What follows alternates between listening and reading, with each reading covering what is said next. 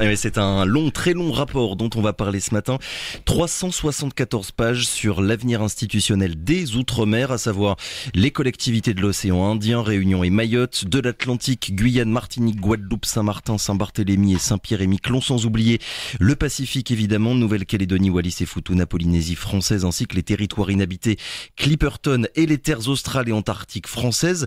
J'ai pris le temps volontairement de lister tout le monde parce qu'à force d'entendre parler des Outre-mer de façon générale, nous aurions presque tendance à oublier combien les territoires et les populations concernées sont variés.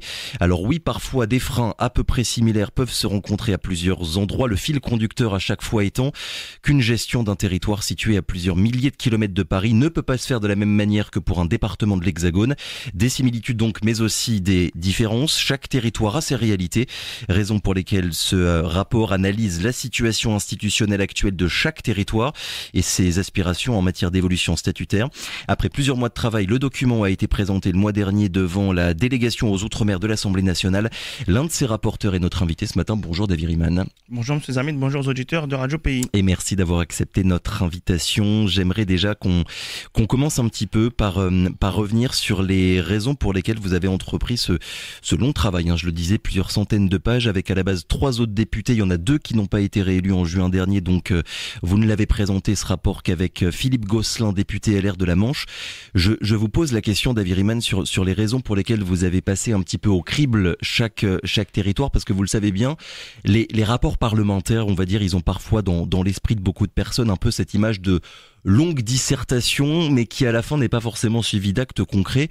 On va parler des recommandations justement que vous avez faites, mais voilà, d'abord l'objectif de ce rapport dans les grandes lignes, c'était quoi finalement ? Mais le moment était venu par rapport à les situations que nous vivons à différents niveaux. Le moment était venu pour nous de faire effectivement une revue, une revue globale, détaillée. Je tiens quand même à le dire que c'est la première fois qu'on a un tel rapport à l'Assemblée nationale concernant nos territoires. Et vous l'avez bien rappelé par rapport à son nombre de pages. Donc il est assez exhaustif de nos réalités, mais aussi on a fait un comparatif avec ce qui existe ailleurs dans d'autres pays du monde. C'est vrai. D'accord ? Et c'est important de faire ce comparatif-là pour voir ce qui existe en dehors de la France, en dehors de l'Union européenne, en matière de territoires éloignés. Et donc, ça permet effectivement de poser la chose territoire par territoire, de dire maintenant, voilà la réalité à l'instant T, ok ? Et d'arriver à des conclusions, des propositions. Donc pour nous, ce document, qui doit être pour moi un document de travail, et on l'a dit, chaque territoire maintenant doit s'en saisir, parce qu'on a tout mis dedans. Toutes celles et ceux qui ont voulu s'exprimer, qui ont voulu faire passer des messages, on les a mis. On n'a fait aucune censure particulière à ce niveau-là. Donc pour nous, pour moi aussi, principalement par rapport à ce que vit la Guyane, il est important maintenant de faire un point d'étape. Et aujourd'hui, ce point d'étape-là, il existe, il est là, il est concret, il est palpable. Charge maintenant, comme on l'a dit, au gouvernement de mettre en œuvre les échanges, les discussions, le cadre qu'il faut pour permettre aux territoires qui le souhaitent d'évoluer dans le cadre qui leur convient le mieux. Oui, et vous l'écrivez d'ailleurs à la fin du rapport. L'idée, c'est pas de trancher les débats, mais d'éclairer et de susciter la discussion. Mais oui, parce qu'on n'a pas vocation, nous, à décider pour les territoires ce qu'ils doivent faire, ce qu'ils doivent dire et ce qu'ils doivent devenir. Ça, ce sont des choses qui émanent même des territoires. Nous, ce qu'on dit maintenant, par rapport à tout ce qu'on a recueilli comme élément, qu'il est temps, il est vraiment temps que le gouvernement comprenne que le modèle actuel qui périclite à différents niveaux ou bien qui soit mortifère sur d'autres territoires ne peut plus continuer, ne peut plus perdurer. Il faut aller vers autre chose. Et cette autre chose-là doit être construite déjà à la base des territoires, ensuite avec accompagnement de l'État. Ce qui n'est pas le cas aujourd'hui, malheureusement. Là-dessus, David Riemann, sur la nécessité d'avoir un débat éclairé, un point qui me semble essentiel, c'est votre recommandation numéro 4, informer, je vous cite, informer largement les populations ultramarines sur les processus institutionnels pour que les consultations prévues localement se déroulent en toute connaissance de cause. On va le dire clairement, si les débats ne sont pas bien conduits, David Riemann n'a aucun intérêt en fait d'appeler la population ensuite à se prononcer. Tout à fait. Il est important que lorsqu'une personne se déplace pour aller voter, pour aller faire un choix, il faut qu'elle le fasse de façon éclairée. Et c'est vrai que souvent, le député Castor le dit, le monde politique a souvent eu tendance à s'accaparer ces discussions, ces débats-là, ça reste entre soi, mais qu'il n'y a pas de transmission, de communication, de partage de toutes ces réflexions, ces regards, ces analyses avec la population qui est directement impactée. Et en plus, c'est elle qui va trancher, in fine. Donc, c'est pour ça qu'à ce niveau-là, il est important que la communication vers celles et ceux qui vont devoir trancher à un moment donné se fassent le plus largement possible, le plus clairement possible aussi pour qu'il y ait une accessibilité à toutes et tous, afin que ces personnes-là, comme je le dis souvent, on leur âme et conscience, aillent trancher au bout du bout. Alors, et on l'a dit tout à l'heure, évidemment, il y a des différences entre chaque territoire. Pourtant, et j'aimerais bien vous entendre là-dessus, le point commun, d'après ce que vous dites, c'est que tout le monde veut sortir du statu quo. Concrètement, ça se traduit comment? Ça s'est traduit comment pendant toutes les discussions et tous les déplacements que vous avez pu faire pour écrire ce rapport? Mais en fait, c'est ça le paradoxe. Parce qu'on se dit, il y a des territoires comme Wallis et Futuna, comme La Réunion, Oui. par exemple, qui nous font comprendre, en gros, le statut dans lequel on est, ça nous va bien, il n'y a pas de souci, on aime bien. Après, il arrive un mais. Wallis et Futuna, c'est mais on veut maintenant être un réel exécutif, parce que Wallis et Futuna, la collectivité territoriale vote les délibérations, mais c'est le préfet qui est exécutif. C'est lui qui a les décisions et qui met en œuvre, ce qui n'est pas le cas chez nous. Et donc, on veut mettre en place les décisions. Mais vous dites, mais le statut est bien. Oui, mais si vous le mettez en place les décisions, il faut faire évoluer l'institution. Vous avez La Réunion qui vous dit, non, l'article 73 dans lequel nous sommes nous convient très bien. En plus que La Réunion a une particularité. C'est l'amendement Virapoulet qui empêche toute évolution. Ça reste bloqué. Et donc, oui, mais maintenant, on aimerait bien avoir plus de compétences, ou une compétence certaine en matière de diplomatie dans le bassin de l'océan Indien. Ouais. Et on dit oui, mais sauf que à un moment Virapoulet verrouille tout. Donc, vous voyez, donc, on voit Oui, clairement... la diplomatie, pour l'instant, ça relève encore aujourd'hui du champ d'action de l'État. Voilà, c'est le champ d'action de l'État et il n'y a pas de diplomatie. Et bon, entre parenthèses, la délégation Outre-mer lance effectivement une mission cette année qui est la place des Outre-mer dans la diplomatie française et ses conséquences. Donc, c'est un rapport qui va être très, très important pour nous parce qu'on voit qu'au niveau diplomatique, nos territoires sont toujours à côté, on n'est jamais dedans. Donc, vous voyez, c'est bien que concrètement, il y a ce paradoxe-là qui émane des territoires. C'est bon, mais... Et après, il y a d'autres territoires qui nous disent clairement, bon, nous, on est dans la réflexion de faire évoluer les choses parce que ça ne peut plus perdurer. Ce qui est en Guadeloupe, c'est le cas aujourd'hui. La Guyane a déjà tranché la question. Donc, on voit bien que dans tous les territoires, même si certains nous disent non, mais ça va, il y a toujours un mais, parce qu'on voit, ils cherchent à aller vers autre chose. Donc, le statu quo, à l'échelle générale, ne peut pas perdurer. Oui, du coup, c'est pour ça que vous avez listé certaines recommandations générales qui touchent tous les territoires et d'autres au contraire qui ne concernent que la Guadeloupe, la Réunion, enfin faire du territoire par territoire. On va revenir évidemment sur les deux points que vous avez mis en avant pour la Guyane, mais d'abord la principale recommandation qui est générale, là pour le coup, je la lis.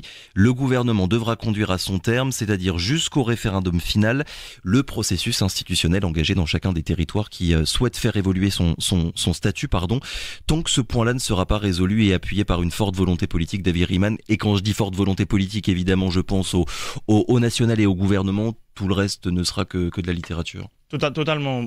C'est bien pour ça que la semaine du 10 mars, j'ai rencontre avec le Premier ministre, pour effectivement parler de ça, entre autres. Oui. Mais véritablement, il faut que le gouvernement comprenne, et on l'écrit dans le rapport. Si l'État s'entête à avoir la même posture, on ira à la cassure. Moi, souvent, je leur disais, vous rajoutez de la distance à de la distance. Oui. Il arrivera un moment où le point de non-retour va être atteint et ça sera fini. Et ce qui me rassure dans le regard que je portais à ce moment-là, c'est que quand je prends le collègue Philippe Gosselin, qui est LR, qui n'est pas du tout la même fibre politique, qui n'a pas du tout la même approche, et en plus qui est un hexagonal, lui-même le confesse. Au bout de ces échanges, de ces déplacements, lui-même me dit, mais en fait, oui, il y a un problème. Lui qui est très... L'héritage jacobin, il n'y a pas plus jacobin que les LR aujourd'hui. Et pourtant, il y a un problème. Et lui, il co-signe ce rapport-là. Il vous dit, oui, ça ne peut pas perdurer. Donc, si quelqu'un qui n'a pas la même fibre politique, qui a encore la posture jacobine par rapport à ce qu'est l'État aujourd'hui, un hexagonal vous dit, oui, c'est vrai qu'il y a un problème. Donc, il faut que l'État comprenne qu'on arrive presque à un point de non-retour où, si l'État souhaite encore avoir des relations apaisées avec les territoires éloignés dits d'outre-mer, il n'aura pas le choix que de faire évoluer ces choses-là. S'il reste enfermé dans sa posture qui est celle d'aujourd'hui, il y aura des confrontations, il y aura des rapports de force et ça va casser. C'est intéressant ce que vous dites parce que c'est vrai qu'au final, individuellement, quand il y a plein de parlementaires, de politiques de l'Hexagone qui viennent en Guyane et qu'on a des discussions avec eux, peu importe leur couleur politique, ce qui revient assez souvent dans leur discours, c'est à peu près ce que vous venez de dire. Et le problème se pose en fait à partir du moment où ce n'est plus l'individu qui réfléchit à la Guyane, mais c'est une institution. Et là, pour le coup, le rapport, tout d'un coup, il est un peu plus frileux. Il y a quelque chose que moi j'ai remarqué et qui s'est confirmé avec le temps depuis que je siège à l'Assemblée nationale, c'est le comportement des collègues députés. En fait, le souci qu'on a majoritairement à l'Assemblée nationale, c'est que c'est toujours l'institution, le parti, le groupe qui l'emporte sur la raison. Oui. Je leur dis, mais en fait, ça n'a pas de sens ce que vous faites. Moi, en quoi un collègue qui viendrait des Bouches-du-Rhône me dirait, voilà ma réalité, donc je demande telle chose par rapport à la loi qu'on va voter. Je dirais, ben oui, le collègue c'est un expert, il a demandé ça, je vais le suivre.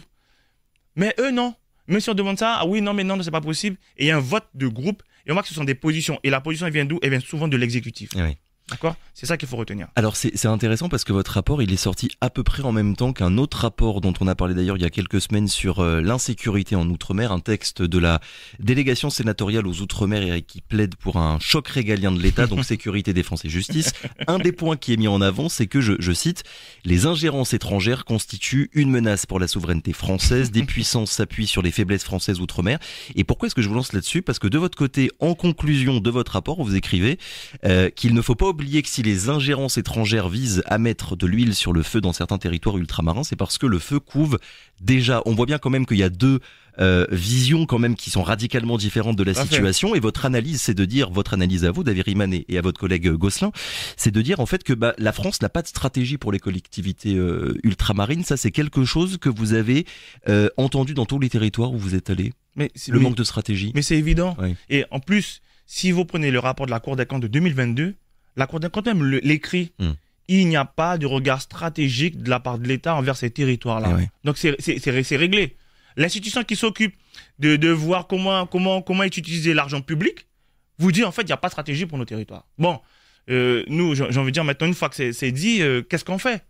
Et lorsque certains groupes politiques, et là je suis désolé, moi je ne suis pas d'accord du tout avec le rapport du Sénat en la matière, on dit oui, les ingérences étrangères viennent semer le trouble. Mais non, le trouble est déjà semé, d'une.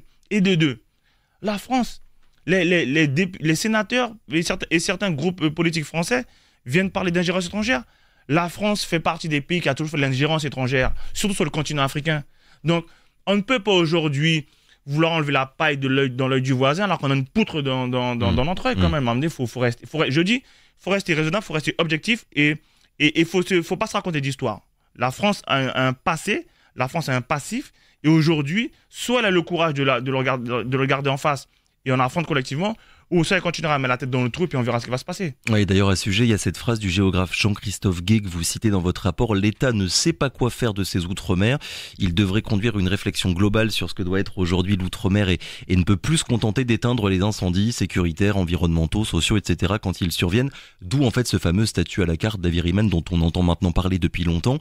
C'est le cas en Guyane, mais en fait c'est le cas aussi partout ailleurs. Et là, on pense tous évidemment à l'appel de Fort-de-France quand il y avait les présidents de Martinique, Guyane, Réunion, Guadeloupe, Saint-Martin et Mayotte qui avaient tous demandé un nouveau cadre justement pour faire en sorte que les politiques publiques soient adaptées à chaque territoire. Mais moi j'irais même plus loin encore. Ouais. Si on doit parler d'un nouveau cadre, derrière ça veut dire on met quoi en avant. Et c'est pour ça que je dis que la Guyane aujourd'hui est quand même en avant, c'est-à-dire qu'on définit nous ce que nous voulons, pourquoi nous le voulons et vers quoi nous voulons aller. Chaque territoire, je pense, doit faire ce travail-là. C'est pour ça que nous on l'a dit dans le rapport, il faut que les territoires s'accaparent ce rapport-là et en fassent vraiment un outil de travail pour eux-mêmes. Parce que sinon, on va encore être là à attendre ce que le gouvernement pourrait imaginer comme potentiel à venir concernant nos territoires. Non. Il faut que ça vienne de la base. Oui, il faut que ça vienne du territoire lui-même, afin que derrière, l'État accompagne la mesure. Pas que l'État décide, parce que chaque fois que les décisions étaient prises à des milliers de kilomètres pour nos territoires, bon, ça c'est toujours, j'ai envie de dire, majoritairement avéré, des erreurs in fine. Donc, soit nous avons la capacité intellectuelle, en responsabilité, de définir cela collectivement sur le territoire, de dire voilà la trajectoire que nous prévoyons, parce que après analyse, après réflexion, après le fait d'imaginer vers quoi on pourrait se projeter, en prenant en compte nos réalités, avec les atouts et les faiblesses, voilà l'analyse qui en ressort. Là, oui, effectivement, là, on est en responsabilité, on démontre que nous sommes prêts et on y va. Le gros problème qu'on a, je vais dire de façon générale, c'est que lorsque tout va bien, bon, voilà, c'est bien, c'est joli. Et lorsque ça ne va pas, ah non, mais c'est pas moi, c'est l'État. On ne peut pas tout le temps se cacher derrière l'État. Aujourd'hui, pour moi, ça ne passe plus. Je ne veux pas regarder mes concitoyens et leur dire, mais vous savez, bon, c'est pas moi, c'est l'État. Hein. Non, aujourd'hui, maintenant, je dénonce ça et je suis prêt en responsabilité par rapport à la réalité. Donc maintenant, j'enjoins les collègues et des autres territoires à faire ce travail-là et à se dire, voilà ce qui est bon pour nous, voilà ce qui n'est pas bon, qu'est-ce qu'on propose? D'ailleurs, vu qu'on parle de points communs, David Riemann, ce qui revient quand même à chaque fois tout au long de votre rapport, c'est la fameuse adaptation des normes aux réalités de chaque territoire. Vous donnez plusieurs exemples. À Saint-Pierre-et-Miquelon, les difficultés d'importer des véhicules canadiens, alors que le Canada c'est quand même juste à côté, parce que les feux clignotants sont rouges et pas oranges. En Guyane, la question du bois, il y a certaines essences qui peuvent pas être utilisées parce que pas reconnues par les normes européennes. À La Réunion, pas d'échange avec les pays voisins parce qu'on a commencé à le dire tout à l'heure, les relations diplomatiques relèvent de l'État. Ce qui est frappant, je trouve, c'est qu'il y a un mélange à la fois de choses qui relèvent juste du bon sens, en fait, d'un côté, et de l'autre, des discussions quand même qui sont lourdes et complexes à avoir parce que, évidemment, ça touche au cadre institutionnel et organisationnel d'un territoire. Mais c'est tellement évident. Et là, je pourrais écrire au scandale, mais ce n'est pas d'aujourd'hui que l'État et que même l'Union européenne sait qu'il y a des territoires éloignés. Parce qu'il y a d'autres pays européens qui ont la même réalité. Hein, le Portugal, l'Espagne. Ils s'en sortent mieux que la France, d'ailleurs, vous qui avez analysé un petit peu les autres pays. Oui, parce que lorsqu'on regarde bien, parce que aussi, par exemple, si on prend le cas de l'Espagne, leur fonctionnement institutionnel est déjà différent de la France. Donc, il y a déjà cette décentralisation qui est exacerbée, ce qui leur laisse une large compétence déjà au niveau régional à chaque fois, ce qui n'est pas notre cas. Bon. Mais pas la même histoire, là, pour Non, bien sûr aussi. Nous sommes d'accord. Lorsqu'on regarde cette réalité-là, jusqu'à aujourd'hui, au moment où nous parlons, il n'y a pas de document normatif comparatif pour pouvoir faire avancer les choses. Je prends un exemple. Si au Brésil, qui a les mêmes essences de bois que la Guyane, il y a tel produit, tel produit, tel produit. En face, voilà les normes européennes. Mais il n'y a aucun document comparatif pour dire, écoutez, cette essence de bois est similaire à celle-ci, par rapport à nous, elle peut le faire, on a regardé sa densité, voilà, on la valide. C'est-à-dire que tel bois, qui a telle référence dans tel pays, peut être utilisé par rapport à telle référence en Union européenne. Il y a ce document comparatif, mais il n'existe pas. Il n'y en a pas, ça n'existe pas.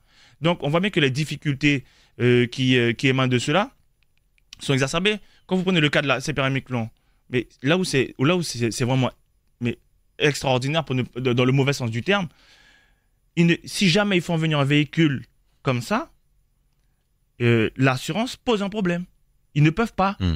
Donc, ils doivent faire changer les feux, il faut une adaptation, mais c'est aberrant parce que comme le feu clignotant est rouge et chez nous c'est orange, des fois, non, c'est pas possible. Donc, vous voyez, toutes ces choses-là font que, voilà, ça crée des difficultés et ça rajoute de la complexité au quotidien pour nos concitoyens. Alors, et je le disais tout à l'heure, pour la Guyane, il y a 2 recommandations. D'abord, demander au gouvernement de relancer le processus pour faire aboutir l'évolution institutionnelle. Et puis, deuxième recommandation, dans l'hypothèse où le nouveau statut de la Guyane serait adopté, aligner le statut des lois pays sur celui des lois de pays de la Nouvelle-Calédonie pour leur faire acquérir un statut quasi législatif. À vos yeux, David Riemann, le point bloquant, parce que le processus, là, en ce moment, pour le cas de la Guyane, il semble quand même bien arrêté. En tout cas, publiquement, il n'y a aucune annonce depuis ces derniers temps qui a été faite. Le point bloquant, c'est quoi? Est-ce que c'est la démarche, à vos yeux, la démarche de la co-construction, finalement, avec l'État qui a été mise en place maintenant depuis quelques années? Il y a 2 réalités. Alors, il y a le problème, principalement, il est nous-mêmes. Parce que le gouvernement a changé, l'accord ça ne s'est pas arrêté pour autant, ça a continué à travailler, d'accord? Et oui, le deuxième souci, c'est dans la stratégie. La stratégie qui a été validée au départ, même si moi, j'étais pas pour, et d'ailleurs le député Casson non plus, on avait manifesté notre position parce qu'on sait qui est en face de nous. Donc, pour autant, on a joué le jeu, on a accompagné toute la démarche en la matière. Et donc, on voit qu'aujourd'hui, pendant 2 ans, rien du tout, c'est notre radio. Et donc, c'est pour ça que nous sommes sur une posture de dire il faut faire évoluer la stratégie. On ne peut pas aller recommencer de la même manière dont on était il y a à un moment donné pour aller vers la co-construction. L'État n'est pas sur cette position-là. Donc, il faut aller vers une position plus ferme, à notre sens, plus déterminée, pour dire, écoutez, nous, c'est ce que nous voulons, c'est ce que nous avons choisi. Maintenant, comment on met en place le cadre pour permettre d'y arriver collectivement. Point. J'aimerais qu'on revienne d'ailleurs à ce niveau-là sur ce qu'avait déclaré Emmanuel Macron il y a quasiment tout juste un an quand il était venu en Guyane. Je le cite, la Guyane est déjà dans un cadre constitutionnel, l'article 73 qui donne la possibilité quand les élus le demandent d'adapter la règle nationale. Ça fait 20 ans que ce cadre existe. Combien de fois les élus l'ont demandé? 0 fois. Ça c'est ce que Emmanuel Macron avait déclaré aux journalistes locaux. Et pourquoi est-ce que je parle de ça? Parce que on le rappelle quand même, l'article 73 de la Constitution, il explique que les lois et les règlements peuvent faire l'objet d'adaptations qui tiennent aux caractéristiques et aux contraintes particulières des DOM, sauf que, et c'est ce que vous rappelez dans votre rapport, David Riemann, c'est d'une complexité folle en fait cet article 73. Oui. Entre ce qui est écrit dans la Constitution et la réalité, il y a un gouffre qui est considérable. Il y a un monde et c'est vrai que la demande d'habilitation, ça prend du temps, c'est complexe, ça doit passer au Parlement. En plus, c'est une durée limitée dans le temps. Oui. Donc, ce n'est pas du tout adapté à ce que nous voulons, à notre réalité. Donc, lorsque déjà, Emmanuel Macron dit qu'on ne l'a jamais demandé, donc il se fout le doigt dans l'œil, il s'est trompé lourdement. Donc, tout le monde a pu réagir derrière, parce que la Guyane avait fait 2 fois la demande. Ouais. Et derrière, on voit qu'il n'a pas bien travaillé son sujet, parce qu'il aurait vu qu'en finalité, on a dépassé ce stade-là. On n'est plus sur le stade de demander d'habilitation à différents niveaux. Mais moi, ce qui m'a véritablement choqué derrière ça, c'est qu'après, on est des élus qui disent, bon, le président nous a proposé ça, on va travailler, on va regarder, on va faire des propositions. Moi, j'ai dit non. On a voté quelque chose, les collègues, à l'unanimité au Congrès. Comme si toutes les discussions, finalement, sur l'évolution les heures de congrès qu'on a pu avoir en amont n'en servaient à rien. Non, j'y crois pas un instant. Donc, quand on veut faire bonne figure devant le président, je veux bien, mais il y a une limite. Hein, d'accord moi, faire bonne figure devant Emmanuel Macron, ce n'est pas ma priorité. Moi, ma priorité, c'est de permettre à ce que le territoire sorte de sa situation et que nos concitoyens vivent mieux en Guyane. Ouais, le droit des Outre-mer est illisible, complexe et freine les territoires dans la résorption des difficultés auxquelles ils font face. C'est une phrase d'une chercheuse que vous citez dans votre rapport. Si on comprend pas ce point-là, qui peut paraître parfois, c'est vrai, un petit peu technique, on comprend pas les raisons pour lesquelles, en fait, il faut carrément changer de statut. Mais le politique, aujourd'hui, lorsqu'il prend une décision, il doit pouvoir l'expliquer. Après une analyse, j'ai envie de dire, objective. Moi, si les gens m'écoutent depuis le début que j'ai pris mon mandat, je ne suis pas sur une posture dogmatique ou même idéologique. J'avance vraiment avec le pragmatisme pur. Ouais. J'ai mes convictions profondes. C'est pour ça que je dis dans mon action politique, j'ai une limite, je m'impose des lignes rouges, je ne peux pas franchir. Mais pour autant, chaque fois qu'on demande les choses, c'est au travers de faits. Je ne vais pas dire, ouais, je me suis levé un matin, ben tiens, j'ai pensé à ça, ce serait pas mal. Non, on analyse parce qu'il y a une histoire derrière nous. Donc, en partant de l'analyse de l'histoire qui a eu lieu, on regarde notre présent, on dit, ben, on va se projeter. On se projette comment, vers quoi et pourquoi. Mais ça veut dire automatiquement, ce qui a existé depuis des décennies ne peut pas perdurer parce que ça nous empêche de. Donc, on propose autre chose.